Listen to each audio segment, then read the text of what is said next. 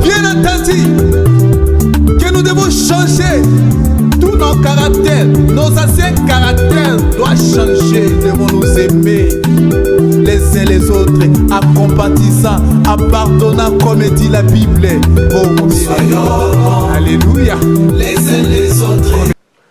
Salut bien-aimés dans le Seigneur, nous vous remercions encore une fois de rester avec nous, donc parce que nous poursuivons notre marche de sanctification, donc la marche pendant laquelle nous nous efforçons pour expliquer la gestion de l'Église. Au cours de notre première intervention, donc l'intervention précédente, nous étions en train d'expliquer que l'Église, c'est le corps du Seigneur. L'Église, c'est la maison du Seigneur. L'Église, c'est une femme. Et nous avions expliqué pendant cette intervention la raison pour laquelle une Église ne peut pas porter un nom. L'Église ne peut pas porter un nom parce que l'Église, c'est le corps du Christ. Et nous avions défini le corps comme étant la femme, selon les livres des Éphésiens. Si vous permettez, je voudrais répéter cette écriture-là afin que nous puissions cheminer ensemble dans la suite de l'enseignement. C'est comme je disais que nous sommes en train d'enseigner, et puisque nous sommes en train d'enseigner, comprenez que nous aurons probablement à lire beaucoup des Écritures, ok? En lisant beaucoup des Écritures, ça va vous permettre par la même occasion de bien nous saisir, pour ne pas dire que ce que nous sommes en train de raconter vient de notre propre pensée ou de notre propre imagination. Nous avons lu dans les livres des Éphésiens, la Bible dit ceci, Éphésiens dans son chapitre 5, le verset 23, la Bible dit « Car le mari est le chef de la femme, comme Christ est le chef de l'Église, qui est son corps et dont il est le sauveur. » Donc, Éphésiens nous rassure qu'en fait, en réalité, l'Église, c'est le corps de Jésus. Vous comprenez? Donc, Jésus habitant dans son propre corps, ainsi, le corps de Jésus, c'est ce qu'on appelle l'Église. Ça, c'est une dimension, une première dimension, en ce qui concerne la compréhension de ce que l'on appelle l'Église. Souffrez avec moi aujourd'hui de comprendre que, ainsi nous comprenons que doctrinalement, une église ne peut pas porter le nom de quelqu'un. Voilà pourquoi nous vous avions enseigné pour dire que lorsque nous sommes en face d'une église qui porte un nom, nous comprenons que cette pratique-là est une abomination. Et cette pratique est contraire à la fois à l'écriture et à la pensée de l'écriture. Donc, quand nous trouvons une église qui s'appelle « Viens voir », la montagne de Sion, les tabernacles de Dieu,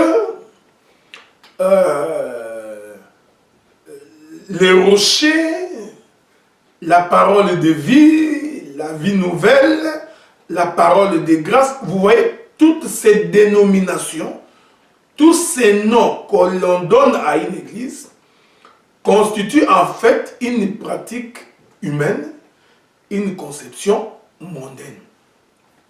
Alors que Dieu, lui, il a fait en sorte que l'église qui est son corps, qui est sa femme, ne peut porter que les noms de son époux. Est-ce que vous comprenez? Voilà pourquoi, ça c'est une première saisie de l'écriture. c'est pour enseigner au peuple que lorsque vous allez dans une assemblée qui porte un nom, je n'ai pas honte pour vous dire que vous êtes sur un mauvais chemin. Que l'Éternel vous fasse grâce pour que vous reveniez sur le bon chemin. Certains me poseront, bien entendu, la question de savoir, mais quel est le nom que porte l'Église? Je crois que à ces sujets, nous pouvons lire quelques écritures. Quand nous prenons les livres de 1er Corinthiens dans son chapitre 1er, je commence par les premiers versets. Parce qu'aujourd'hui, nous nous efforçons d'abord pour expliquer que l'Église ne peut pas porter un nom. Donc, dans la première partie, nous avions expliqué l'Église comme étant le corps du Seigneur, comme étant la femme, et nous avions démontré que c'est le propriétaire du corps qui peut donner le nom à son corps. Voilà pourquoi, à cette époque-là, j'ai évoqué l'écriture de Genèse. La Bible dit que lorsque l'Éternel amena Ève vers Adam, c'est Adam qui a donné le nom à la femme en disant chair de ma chair, os de mes os. Donc Adam confirmait qu'effectivement Ève c'était son corps, c'était son propre corps, sa propre chair, ses propres os. Voilà pourquoi il lui fit porter un nom, le nom d'Ève. Dans le cheminement de notre marche, le Seigneur nous aidera pour que nous comprenions qu'en réalité, Ève, c'est le nom d'Adam. Mais ce n'est pas ce qui nous intéresse. C'est ce que nous avions expliqué la fois précédente. Aujourd'hui, nous allons maintenant expliquer que l'Église ne peut pas porter un nom. Il est vrai que cela risque de déranger beaucoup de gens. Beaucoup de gens auront à souffrir. Mais vous savez, la vérité est la vérité et elle ne peut pas être changée. Premier livre de Corinthiens dans son chapitre 1er, le premier verset, écoutez ce que le bien-aimé Paul dit. Paul, appelé apôtre de Jésus-Christ, par la volonté de Dieu, et les frères Sosthène, à l'église de Dieu, qui est à Corinthe, et à ceux qui ont été sanctifiés en Jésus-Christ, appelés à être saints, et à tous ceux qui invoquent en quelque lieu que ce soit le nom de notre Seigneur Jésus-Christ, leur Seigneur et le nôtre. Voyez-vous, donc quand le bien-aimé Paul veut identifier le corps de Jésus, quand il veut identifier l'église de Jésus, il commence par dire à l'église de Dieu qui est dans la ville de Corinthe. Voyez-vous, frère? Mais ce n'est pas fini. Le bien-aimé Paul va ajouter pour dire à ceux qui sont sanctifiés en Jésus-Christ et appelés à être de saints. Ça, c'est l'appellation biblique de l'assemblée, de l'église locale selon la Bible. Donc, c'est l'église de Dieu qui est dans la ville de Corinthe, à tous ceux qui ont été sanctifiés par Jésus-Christ et appelés à être saints. Donc, l'église, en réalité, c'est une assemblée de saints. C'est une réunion de ceux qui sont sanctifiés. Et lorsque nous disons une assemblée de saints, nous ne voulons pas dire qu'il s'agit d'un regroupement des individus. Non.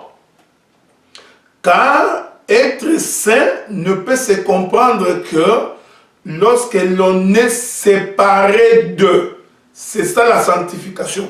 La sanctification veut dire tu es séparé des autres, appelé à être. Voyez-vous ça? Paul dit à ceux qui sont appelés à être sanctifiés, ceux qui sont sanctifiés par Jésus-Christ et appelés à être saints. Donc il y a ici un mouvement de séparation. C'est-à-dire nous étions comme tout le monde, vivant comme tout le monde, mangeant comme tout le monde, mais il a plu au Seigneur de nous séparer du monde. Il a plu au Seigneur de nous prendre là où nous étions et de faire de nous des vases dans sa maison. Ces gestes-là de nous séparer d'eux, c'est cela la sanctification. Donc, les hommes qui se réunissent et qui comprennent qu'ils ont été appelés pour être séparés du monde, ces gens-là constituent en réalité ce qu'on appelle l'Église. Voilà pourquoi je vous avais expliqué que lorsque la Bible dit qu'au commencement, l'Éternel a rassemblé la poussière de la terre, c'est-à-dire l'Éternel a sanctifié Adam. C'est-à-dire, il a séparé Adam des autres terres. Ce geste de séparer Adam des autres terres, c'est cela qui permet à Adam d'être appelé saint, de former un corps. Est-ce que vous comprenez? Je suis dans l'ombre, c'est-à-dire je suis dans l'ancienne alliance. Je suis dans les jardins, mais j'y vais pourquoi? Parce que je crois que lorsqu'on comprend ce qui s'est passé dans la création, il est donc plus facile aujourd'hui également de saisir comment l'Éternel est en train d'opérer. Remarquez que l'Éternel, pour créer Adam, voyez-vous, il dit, créons l'homme à notre image, selon notre propre ressemblance. Est-ce que vous remarquez cela? Donc, il crée un homme qui lui ressemble et à son image. Ce geste-là de créer l'homme à son image, selon sa propre ressemblance, nous sommes en train de dire que c'est ce geste-là qui nous permet de comprendre que l'Éternel a donc sanctifié Adam. Comment comprenons-nous la sanctification d'Adam? C'est par le fait que Adam qui était poussière, mêlé dans les autres poussières, voyez-vous, l'Éternel fait quoi?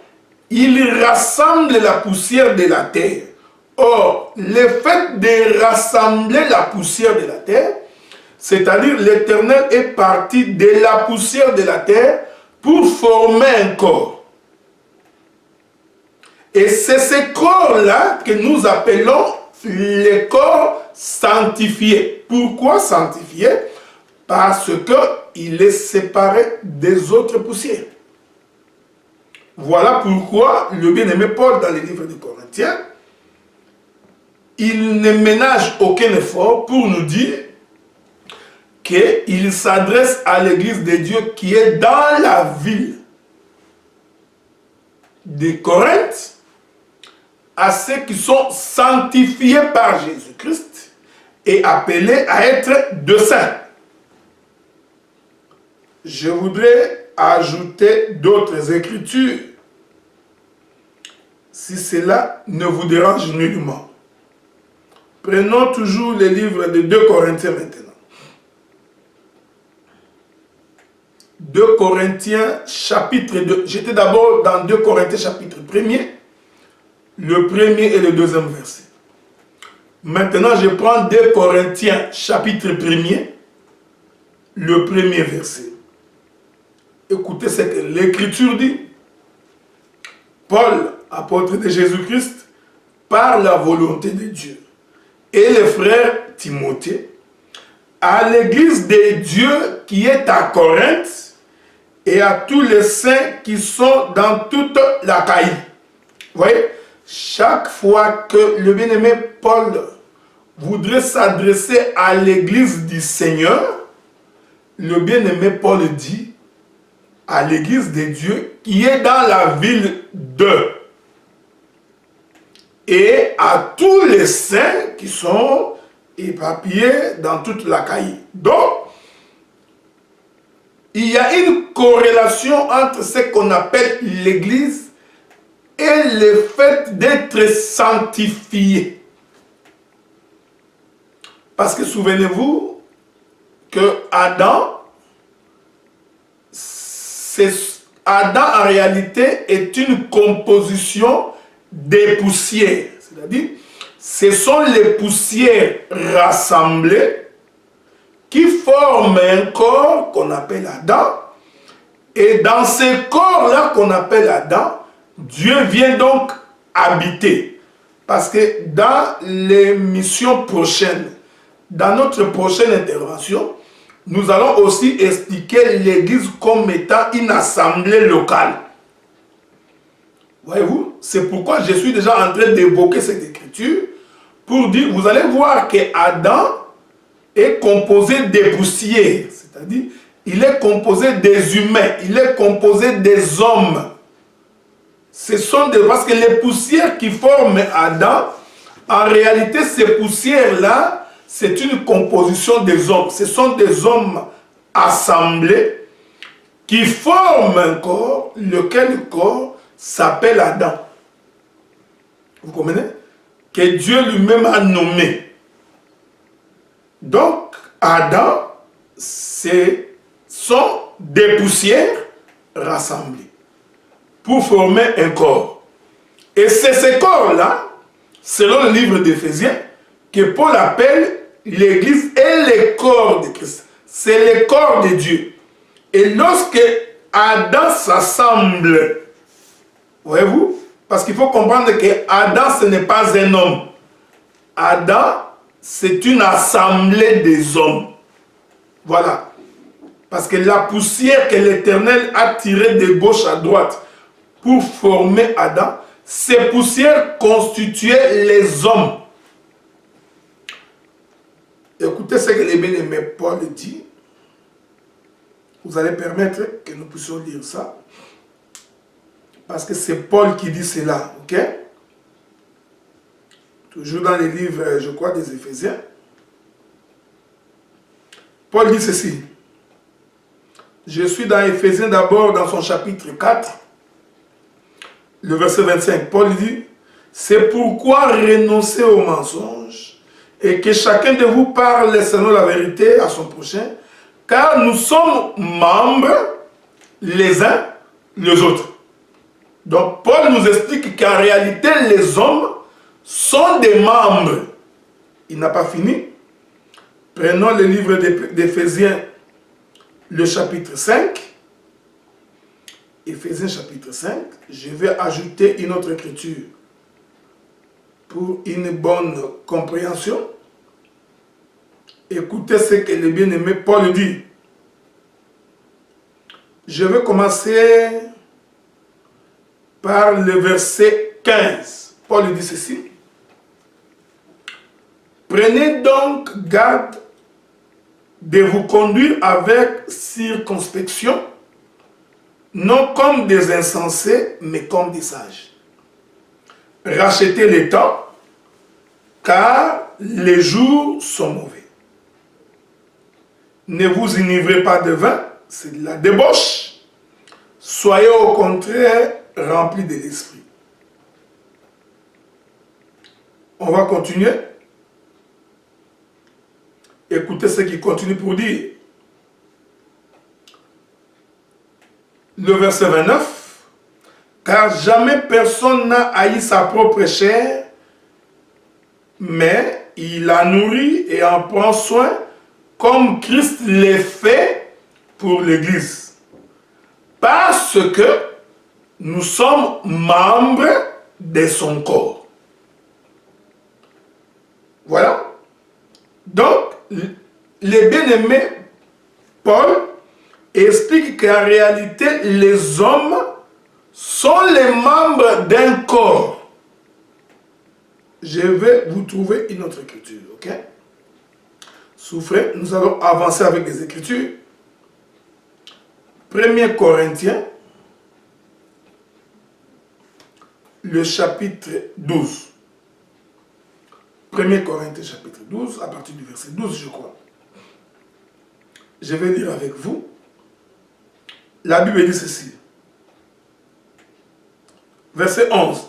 Un seul et même esprit opère toutes ces choses en les distribuant à chacun en particulier comme il le veut. Car comme le corps est un et a plusieurs membres, et comme tous les membres du corps, malgré leur nombre, ne forment qu'un seul corps, ainsi en est-il de Christ. Voyez-vous? Donc, les bien-aimés Paul, il vient nous expliquer comme il y a plusieurs membres et ne forment qu'un seul corps, malgré le nombre des membres, en réalité, même quand il y a plusieurs membres, ces plusieurs membres en réalité ne forment qu'un seul corps. Donc, nous comprenons maintenant que quand on dit que la femme c'est un corps, on comprend que la femme comme corps est composée de plusieurs membres. Voilà pourquoi, même aujourd'hui, nous qui croyons en Christ, nous sommes plusieurs. Voyez-vous? C'est ça, nous sommes plusieurs membres, mais nous formons un seul corps. Et Paul dit que cette multiplicité de membres, quoique nombreux, en réalité, ça c'est la véritable interprétation. En réalité, nous ne formons qu'un seul corps. Voilà pourquoi quand nous retournons au jardin pour aller consulter le prophète Moïse, vous allez être d'accord avec moi que lorsque l'Éternel rassemblait la poussière de la terre, en réalité, il appelait les membres du corps pour former un corps, le corps d'Adam. Donc, le corps d'Adam, c'est une assemblée. Vous voyez ça, frère? C'est important. Donc, Adam est une assemblée. Et c'est quelle assemblée? C'est l'assemblée des poussières séparées des autres poussières. C'est là où se trouve la clé de la sanctification. Donc, le geste de prendre des poussières de la terre, des autres poussières, pour par la suite former un corps qu'on appelle Adam, ces gestes-là cachent la sanctification. Donc, nous comprenons que la poussière qui a été tirée de la terre, cette poussière, par le fait qu'il a été tiré, devient donc sainte. Donc cette poussière est un corps sanctifié. Il est donc différent, ce corps-là, voyez-vous, des autres poussières qui sont restées sur la terre. Voilà pourquoi il est important de comprendre que l'Éternel nous a appelés à la sanctification, c'est-à-dire de nous séparer des autres poussières. Voilà pourquoi vous permettrez que nous puissions faire une petite exhortation. Voilà pourquoi nous disons quand nous entrons dans une assemblée locale, dans une église, et que nous constatons que le pasteur vit comme les mondains. Il vit comme les hommes, comme les communs des mortels. Se cachant derrière des expressions telles que nous sommes dans le monde, nous comprenons que ce pasteur n'est pas un saint. C'est-à-dire qu'il n'a pas été séparé des autres poussières. Car l'Éternel a dit, Dieu, Jésus a dit à ses disciples, il dit, Père, je les laisse dans le monde, mais ils ne sont pas du monde. Cela veut dire que nous ne vivons pas comme les gens du monde. On va lire cette écriture-là. C'est ça Adam en fait, c'est ça l'église. Voyez-vous? Donc, voilà pourquoi même en termes de mariage, parce que le fait de rassembler Adam pour former un corps, c'est aussi ça le mariage, c'est aussi ça l'enlèvement. Je vais vous aider à comprendre, parce que le mariage signifie l'enlèvement. Il y a des gens qui se marient, qui prêchent le mariage, sans comprendre qu'en réalité, le mariage veut dire l'enlèvement. Or, quand tu épouses une femme, qu'est-ce que tu fais? Tu la sépares de la catégorie des autres femmes qui sont non mariées. C'est-à-dire, avant de l'épouser, ta femme était une fille comme toutes les autres célibataires. Elle vivait comme les femmes célibataires. Elle se comportait comme les célibataires. Toute sa vie, c'était comme les célibataires. Maintenant, quand tu viens l'épouser, souvenez-vous, je répète encore, que la femme, c'est le corps de l'homme. Et le corps de l'homme, c'est l'Église, selon Éphésiens. Ok? Donc maintenant, quand tu viens épouser ta femme, qu'est-ce que tu fais? En réalité, tu la sépares des autres femmes non mariées. Donc, elle prend un autre statut, une autre dimension. Vous comprenez? C'est-à-dire, si avant que tu ne l'épouses, cette fille se conduisait à sa manière, elle prenait ses propres décisions, elle pouvait décider quoi faire et quoi ne pas faire, mais dès que tu l'épouses, sa condition change.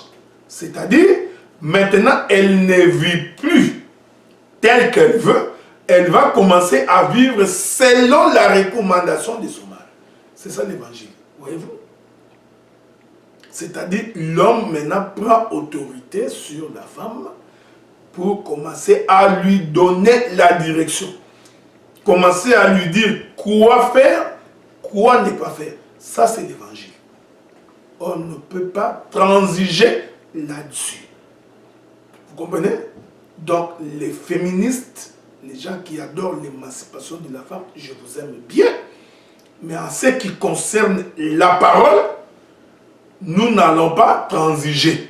C'est-à-dire, voilà la raison pour laquelle c'est à l'homme d'aller épouser la femme. En fait, elle a franchi la femme entre les mains de ses parents et la sépare des conditions des autres femmes qui étaient à l'époque non mariées. Elle devient donc une femme mariée.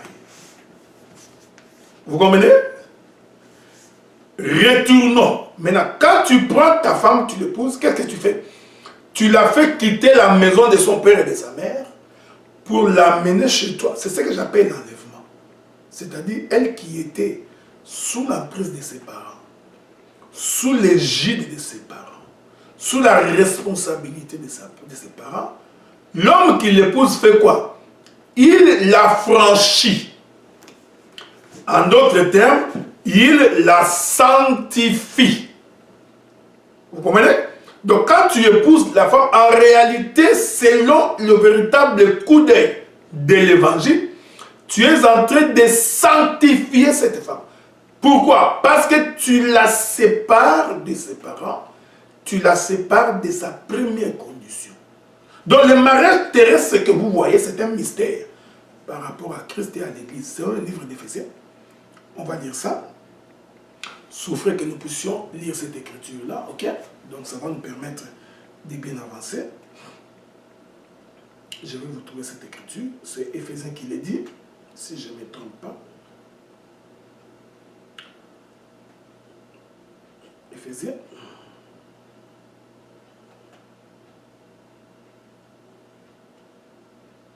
Éphésiens chapitre 5, le verset 32. Éphésiens chapitre 5. On peut même commencer par le verset 31. Avec votre permission, je vais lire l'écriture. C'est pourquoi l'homme quittera son père et sa mère et s'attachera à sa femme. Les deux deviendront une seule chair. Voyez-vous? Ça, c'est l'écriture de Moïse. Dans Genèse, Adam dira, voici l'os de mes os, chair de ma chair. On l'appellera femme. C'est pourquoi l'homme quittera son père et sa mère et s'attachera à sa femme. Or, quand ils sont attachés, ils deviennent un seul corps. Ça, c'est Moïse. C'est le frère Moïse qui dit ça. Maintenant, le frère Paul, qui est dans la peau de Moïse, vient nous expliquer, il dit, c'est pourquoi l'homme quittera son père et sa mère, s'attachera à sa femme, et les deux deviendront une seule chair. Ce mystère est grand. Voilà comment Paul pose ça. Il dit, ce mystère-là de l'homme qui s'attache à sa femme, de ce mariage terrestre, ce mystère est grand. Je dis cela par rapport à Christ et à l'Église. Voyez-vous? Donc nous comprenons maintenant que lorsque l'Éternel est en train de rassembler la poussière de la terre, en réalité, ces poussières de la terre qui forment Adam, en réalité c'est une femme. Voyez-vous ça? Donc Dieu était en train de se marier. Ici, Dieu est l'époux. Il est le mari. Vous comprenez? Donc il se marie à une femme, laquelle femme s'appelle Adam. Je vous prie de me suivre attentivement. Parce qu'ici, nous sommes en train de sonder les intestins de l'Éternel. Voyez-vous? Comme la Bible dit, la profondeur appelle la profondeur. Donc nous sommes en train de descendre dans les profondeurs des Écritures pour expliquer non pas la lettre, mais l'esprit de la lettre. Qu'est-ce que Dieu avait caché derrière ça? Donc, quand l'Éternel était en train de rassembler la poussière de la terre, en réalité, l'Éternel était en train de se marier. Qu'est-ce que l'Éternel faisait? L'Éternel était en train d'affranchir une femme. Parce que les poussières de la terre qui forment Adam étaient d'abord éparpillées sur la terre, mélangées avec les autres terres. Donc l'Éternel est venu, avec sa main, il commence à rassembler la poussière de la terre. Ce geste de rassembler la poussière de la terre, en réalité, il était en train de sanctifier la terre. Parce que la sanctification n'est possible que par la main. Car c'est la main qui sanctifie un corps. Éphésiens chapitre 4. Je vais vous expliquer comment la main sanctifie. Voyez-vous? Donc, ici, il ne faut pas croire que je suis en train de parler de la main physique avec 5 doigts, ok? Je parle de la main physique qui a 5 doigts, mais je vais expliquer le cachet de cette main. Éphésiens chapitre 4. Je vois que je suis dans Éphésiens aujourd'hui. Hein? Écoutez ce que la Bible dit. Verset 10. Celui qui est descendu, c'est le même qui est monté au-dessus de tous les cieux, afin de remplir toutes choses. Il a donné les uns comme apôtres, premier doigt de la main. Les autres comme prophètes, deuxième doigt de la main. Les autres comme évangélistes, troisième doigt de la main. Les autres comme pasteurs, quatrième doigt de la main. Les autres comme docteurs, cinquième doigt de la main. Voyez-vous? Ça, c'est la main de l'Éternel qui a 5 doigts. Parce que je vous amène ici à comprendre ce qui s'est passé dans le jardin quand on créait Adam. Pourquoi j'ai dit que cet Adam-là est une femme que la main de l'Éternel était en train de sanctifier? Écoutez, il dit, pour le perfectionnement des saints. Ah, voyez-vous? La main de l'Éternel qui crée Adam était en train de sanctifier la poussière de la terre. Je continue. En vue de l'œuvre du ministère et de l'édification du corps de Christ. Or, Éphésiens nous dit, le corps de Christ, c'est l'Église, c'est sa femme. Maintenant, Éphésiens nous fait comprendre que lorsque le ministère, les 5 doigts de la main de l'Éternel, est en train de travailler, en réalité, ces 5 doigts est en train de faire quoi? Elle est en train de sanctifier, de rassembler un corps. Ouais? Donc, le rassemblement n'est possible que par la main qui a 5 doigts. C'est pourquoi il est écrit pour le perfectionnement des saints en vue de l'œuvre du ministère et de l'édification du corps de Christ. Voyez-vous? Or, le corps de Christ, c'est sa femme.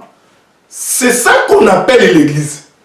Donc, l'Église ne peut être édifiée. Or, je n'ai pas beaucoup de temps pour rentrer dans les détails, parce que lorsque nous parlons d'édifier, c'est-à-dire il s'agit de construire, de faire un édifice. Voilà. Édifier, c'est construire. Voilà pourquoi une assemblée doit être à même d'être édifiée au moyen de 5 doigts de la main de l'Éternel, c'est-à-dire le 5 ministères. Et vous allez remarquer, frère, quand une église a le ministère, c'est-à-dire les 5 doigts dans l'œuvre, vous allez bien voir que cette église-là aura la connaissance de la parole,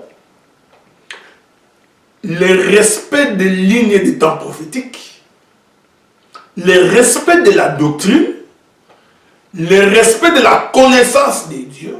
Et cette église-là ne peut pas être emballée par tout vent de doctrine. Pourquoi? Parce que c'est comme un corps qu'on construit,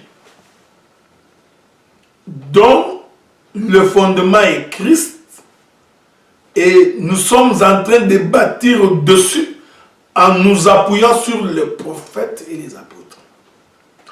Je continue. Jusqu'à ce que nous soyons tous parvenus à l'unité de la foi, de la connaissance du Fils de Dieu, à l'état d'homme fait, à la mesure de la stature parfaite de Christ. C'est ça l'Église. L'Église doit arriver à être comme Christ.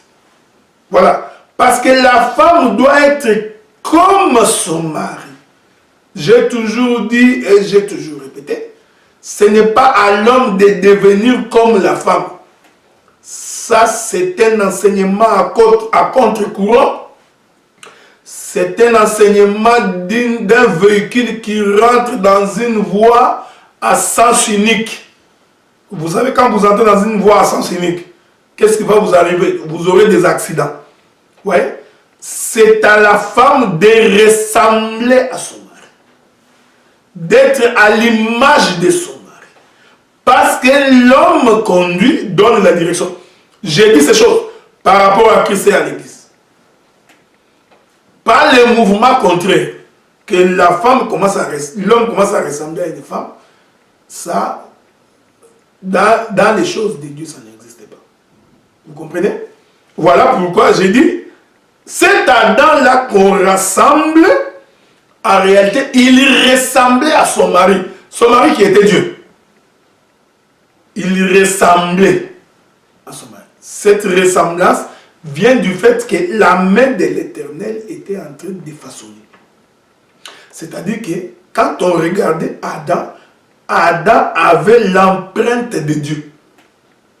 Voilà. Donc on pouvait voir la main de Dieu dans l'ouvrage accompli.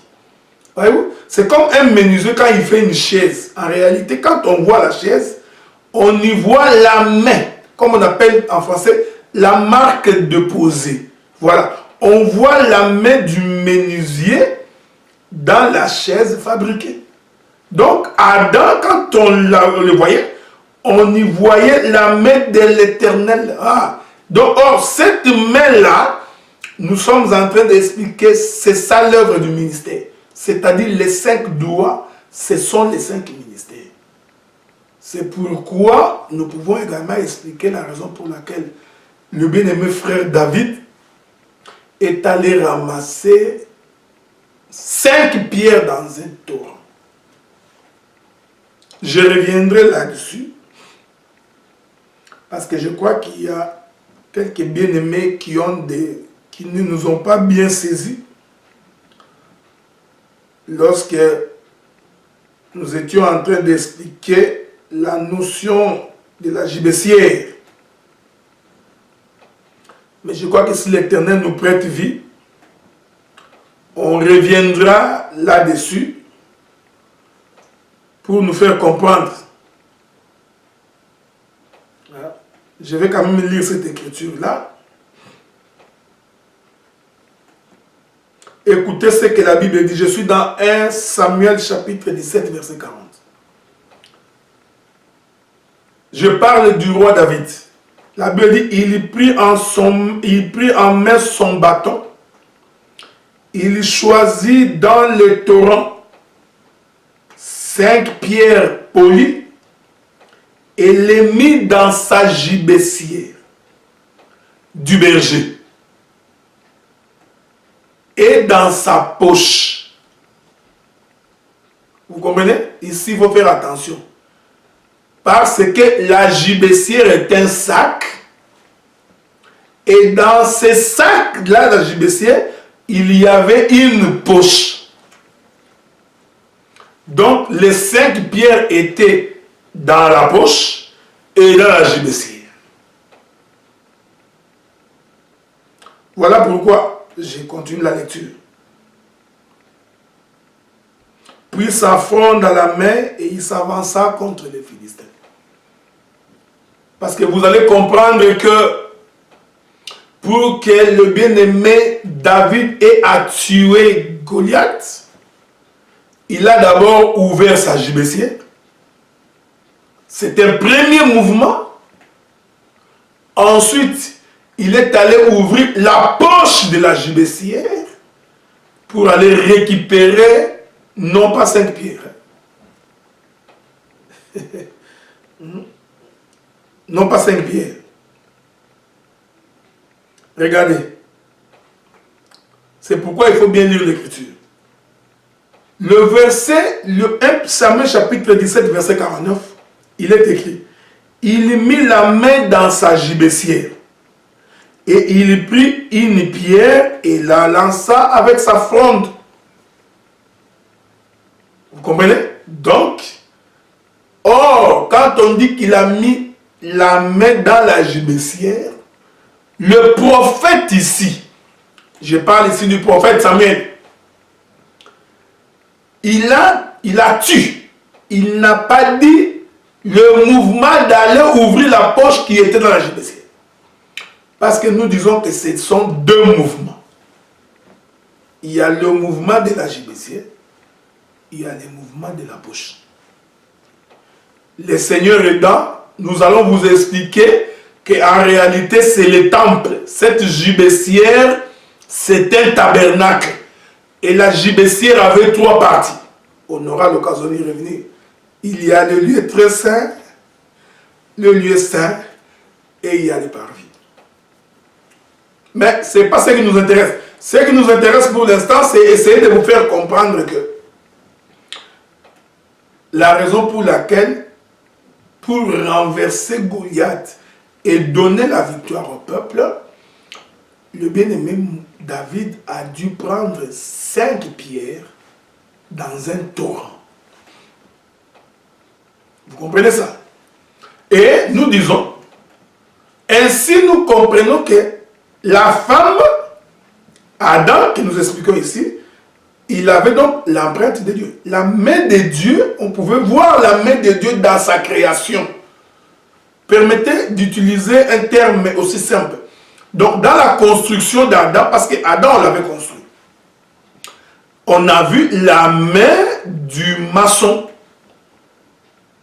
la main du potier. Donc, l'Éternel a utilisé sa main pour former Adam. Et c'est cette main-là qui sanctifie. Parce que c'est la main qui est allée chercher la poussière, qui était mélangée avec les autres poussières, pour ramener et lui donner la forme. Voyez-vous ça? La main de Dieu a cherché cette poussière. Parce que nous disons, cette main de Dieu qui cherche l'homme, c'est ça les 5 ministères.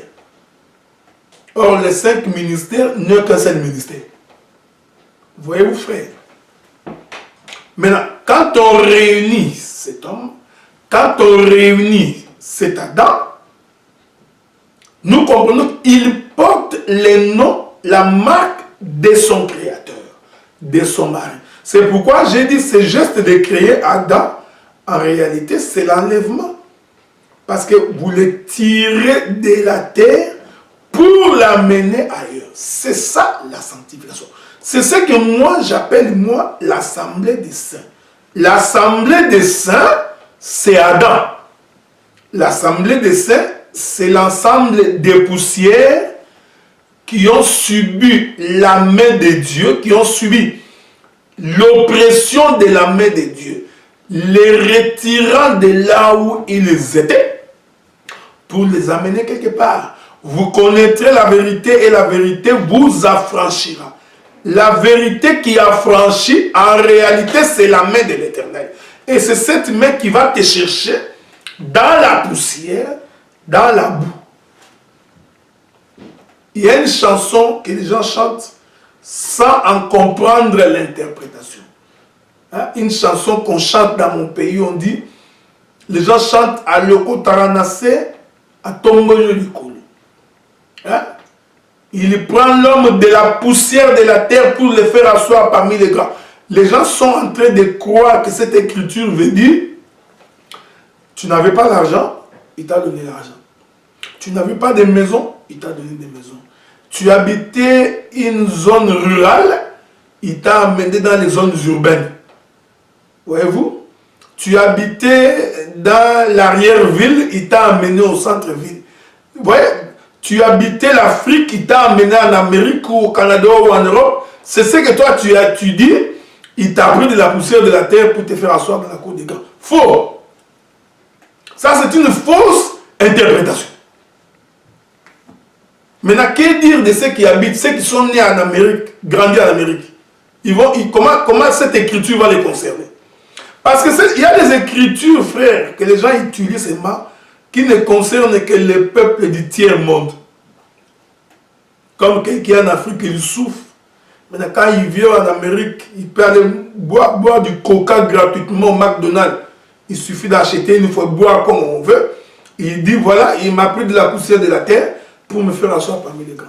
Voilà. Donc, cette portion de l'écriture ne peut concerner que les peuples du tiers-monde. Mais celui qui est né en Amérique, grandi en Amérique, celui qui est né en Europe, grandi en Europe, comment tu vas lui expliquer cette écriture de tu habitais les zones rurales? D'ailleurs, frère, je voudrais vous informer que les hommes riches dans les pays occidentaux habitent les milieux ruraux. Ils n'habitent même pas la ville. Vous voyez comment la conception du monde est bizarre. Hein? Les riches, les richards dans les pays occidentaux, en Amérique, au Canada, en Europe, ou que sais-je encore, ils fuient la ville, ils vont habiter dans des campagnes. Bon, maintenant, en Afrique, on fait croire aux gens, non, celui qui habite les campagnes, il est en retard, celui qui habite la ville est avancé. De la bénédiction, c'est parce que tu habites la ville. Tu habites Gombe, tu es béni. Celui qui habite Kisenso n'est pas béni. Ça, c'est une conception mondaine, frère, une conception terrestre. Comprenez? Or, quand la Bible dit que l'Éternel prend l'homme de la poussière de la terre pour le faire asseoir dans la cour des grands, en réalité, il s'agit d'Adam. Il s'agit de l'Église. Il s'agit de nous. Nous qui étions poussière. Nous qui n'avions pas le droit de citer dans la maison de Dieu. Nous qui étions éloignés de la maison de l'Éternel. Nous étions errants, vagabonds sur la terre, vivant des mauvaises manières héritées de nos pères. Vous comprenez? Donc l'Éternel, par sa main, nous a soutirés de ces vaines manières de nous comporter pour nous amener dans sa demeure. C'est ça Adam. C'est ça l'Église. Donc, quand on voit une assemblée où on ne condamne pas les péchés, les impudiques sont dedans, les voleurs sont dedans, les malhonnêtes sont dedans, les calomniateurs sont dedans, des insensés ils sont dedans, des médisants ils sont dedans, Vous comprenez? Des jaloux, ils sont dedans. Et l'on ne prend pas soin de dire au peuple de quitter ces choses. Mais tout ce qui est important, c'est de leur dire de chanter, de danser et de donner l'offrande. Nous comprenons qu'en réalité, ces gens-là sont toujours dans la poussière. Tes poussières, tu habites dans la poussière, tu resteras dans la poussière. Vous comprenez? Mais quand la Bible dit que Dieu prend de la poussière de la terre pour te faire asseoir dans la cour des grands, la cour des grands, je m'excuse frère, ce n'est pas le président de ce monde. Parce que d'abord, il faut aller consulter ces présidents de ce monde. Tu verras comment ils sont en train de souffrir. Ils n'ont pas de sommeil, ces gens-là. Ils n'ont pas la paix que toi, tu as. Vous comprenez? Ils sont dans les sciences occultes, dans toutes ces choses que vous pouvez imaginer. Mais nous comprenons que l'Éternel ici, il était en train de nous expliquer que nous qui étions pécheurs, poussière comme toutes les autres poussières, l'Éternel nous a pris de là où nous étions. Qu'est-ce qu'il a fait? Il nous a fait monter dans sa demeure et il nous a fait porter son nom. Donc, l'Église porte les noms de son mari. Je vais ajouter des écritures. Souffrez avec moi que je vous ajoute des écritures, ok? Je vous ajoute des écritures. Je voudrais encore prendre, si le Seigneur le permet, prenons les livres de Galates.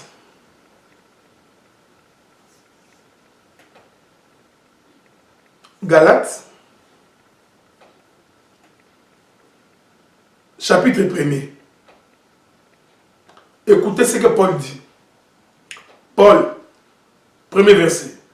Apôtre, non de la part des hommes, ni par un homme, mais par Jésus-Christ, le Père, qu'il a ressuscité des morts. Parce qu'il y a des hommes qui sont devenus apôtres par la volonté des hommes. Ils sont plongés dans le courant des pères spirituels. Celui-ci, c'est mon père. Je suis devenu ce que je suis à cause de lui. Hein? Il y a des gens qui sont plongés dans ces choses-là. Mais on va en parler aujourd'hui, Seigneur. Et il dit, et de tous les frères qui sont avec moi, aux églises de la Galatie. Remarquez que chaque fois que Paul veut faire référence à l'église du Seigneur, il fait référence à la ville.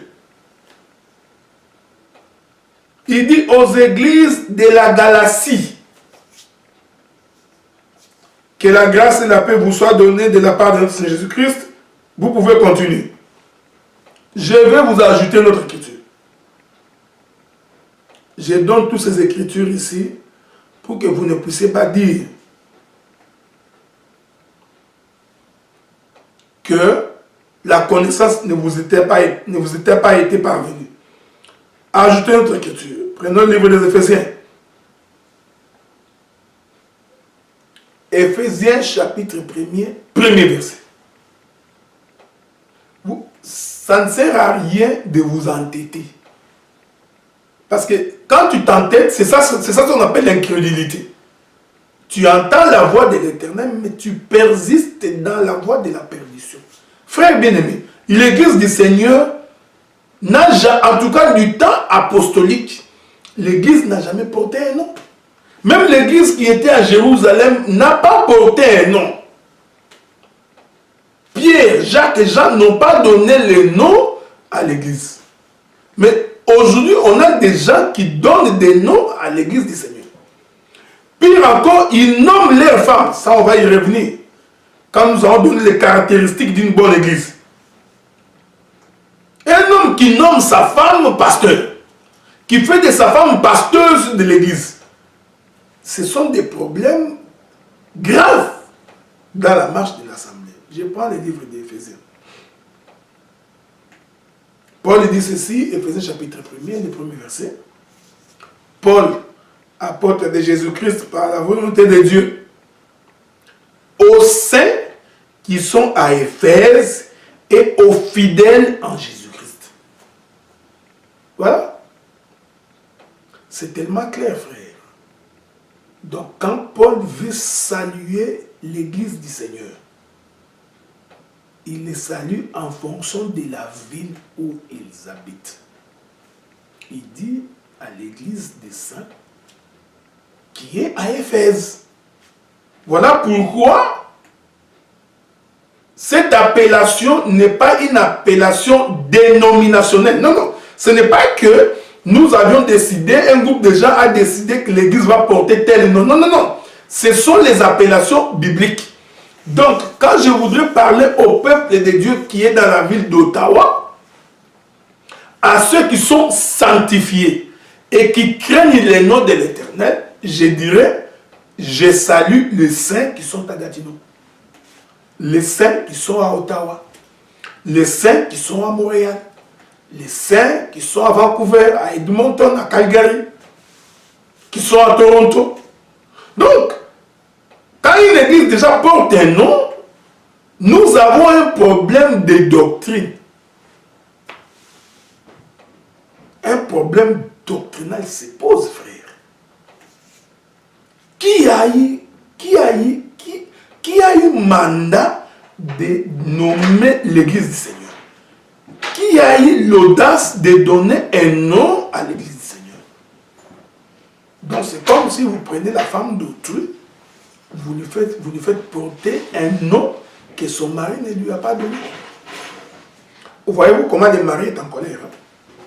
À cause de cela. Ajoutons une autre écriture. C'est comme je vous ai dit, les écritures, nous en avons beaucoup. Regardez. Je vais vous prendre une autre écriture pour que nous nous mettions d'accord. Colossiens chapitre 1er. L'abondance des versets ne nuit jamais. Si les mondains ont dit que l'abondance des biens nuit, c'est normal, c'est les mondains. Mais dans la Bible, plusieurs témoins des Écritures confirment que Dieu a dit vrai.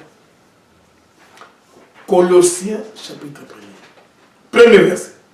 Paul, apôtre de Jésus-Christ par la volonté de Dieu, et le frère Timothée. J'aime Paul. Hein? Chaque fois que Paul veut commencer une lettre, il dit toujours qu'il est apôtre par la volonté de Dieu. Je ne sais pas pourquoi il dit ça, mais en tout cas, il le répète régulièrement. Il dit, aux saints et fidèles à Jésus-Christ qui sont à Colosse. Voyez-vous, frère, que la paix du Seigneur vous soit multipliée et donnée de notre Père. Avançons. J'ai fini dans 10 minutes. Tout ça, c'est pour vous expliquer que l'Église de Dieu ne peut pas porter un nom. Il n'y a que Dieu lui-même qui donne le nom à son Église. Et nous savons que le nom de l'Église du Seigneur, ça s'appelle la parole. Le respect de la parole. Et l'Église du Seigneur s'identifie comme étant des saints hommes et des saintes femmes qui ont cru à l'évangile. Remarquez, je continue. Je vais vous avancer une autre écriture. Je crois que 2 autres écritures. Et nous allons nous séparer là-dessus. Ok? Remarquez. 1 Thessaloniciens, chapitre 1er. Ça, ce sont des versets, les gens qui lisent. Ils vont vite, ils passent, ils disent, bon, Paul était en train de saluer, ce n'est pas important. Non. Quand c'est écrit dans la Bible, c'est important. Paul dit ceci. Paul et Sylvain et Timothée à l'église des Thessaloniciens qui est en Dieu le Père et en Jésus-Christ le Seigneur, que la grâce et la paix vous soient données. Voyez-vous? Donc à l'église de Dieu qui est à Thessalonique. Donc, l'église du Seigneur s'identifie par rapport aux hommes qui ont cru à l'évangile, qui ont été sanctifiés et qui habitent la contrée. Ici, je vous dis que ce n'est pas une dénomination, ce n'est pas un nom. Non, non, non. C'est l'identification. Vous comprenez? Ce n'est pas un nom qu'on fait porter à l'église, non. C'est la manière dont on reconnaît ceux qui ont crié au Seigneur. C'est parce qu'ils sont saints, c'est-à-dire séparés d'eux, et aussi parce qu'ils habitent telle contrée. Maintenant, pour les identifier, nous identifions d'abord la contrée et nous identifions leur spécificité. C'est qu'ils sont saints et fidèles à Jésus-Christ. Courons avec une dernière écriture afin que nous puissions nous dire au revoir pour aujourd'hui. Parce que je vous ai dit qu'aujourd'hui, j'explique pourquoi l'Église du Seigneur ne peut pas porter un nom. Dans la prochaine intervention, nous allons expliquer l'Église du Seigneur comme étant une assemblée. Parce que l'assemblée, j'ai déjà évoqué des aspects aujourd'hui quand j'ai expliqué Adam comme étant une assemblée. Parce qu'Adam, c'est tout un peuple. Hein? C'est une assemblée. C'est une assemblée. Adam, c'est l'assemblée des poussières. Hein? On va finir dans 5 minutes. Donc, Adam, c'est l'assemblée des poussières. Donc, c'est une église des poussières. Mais lesquelles poussières séparées des autres poussières. Voilà. Donc, c'est pourquoi nous disons, tu fumes la cigarette, tu viens chanter, tu viens danser, tu viens prier. Tu n'es pas dans l'assemblée des saints. Tu vis dans la débauche, tu viens prier, tu n'es pas dans une assemblée des saints parce qu'il faut que tu te sépares des autres poussières. Bon, je vous ai dit que 2 autres écritures et on va finir bientôt, ok? Je voudrais que nous allions consulter notre frère David. Écoutez ce que David nous dit. Vous allez souffrir avec moi que je vous trouve cette écriture-là. Je crois que c'est Psaume 89. Paul dit ceci.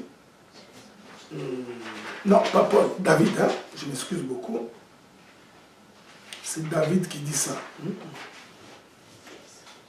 Je voudrais que nous trouvions ce que David dit et puis nous allons dire au revoir. Du moins pour aujourd'hui. Ok? Bon. L'Écriture dit ceci. Je suis dans Psaume chapitre 89. Le verset 6. Les cieux célèbrent tes merveilles, ô Éternel, et ta fidélité dans l'assemblée des saints. Voyez-vous? Donc, même le frère David avait le même esprit que le frère Paul. Donc, toi, tu n'as ni l'esprit de David, ni l'esprit de Paul.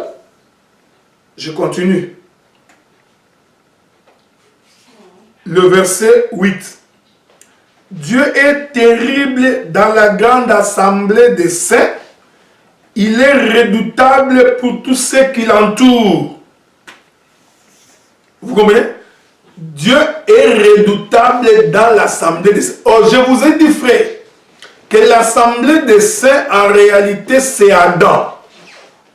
Parce que Adam est une assemblée des saints.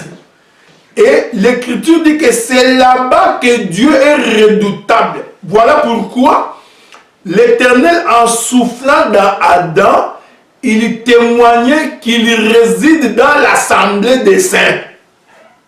Il réside dans le corps d'Adam. Il habite là. C'est ça même la louange de Judas. Voyez-vous, frère, je pouvais multiplier des exemples hein, pour que vous puissiez bien me saisir.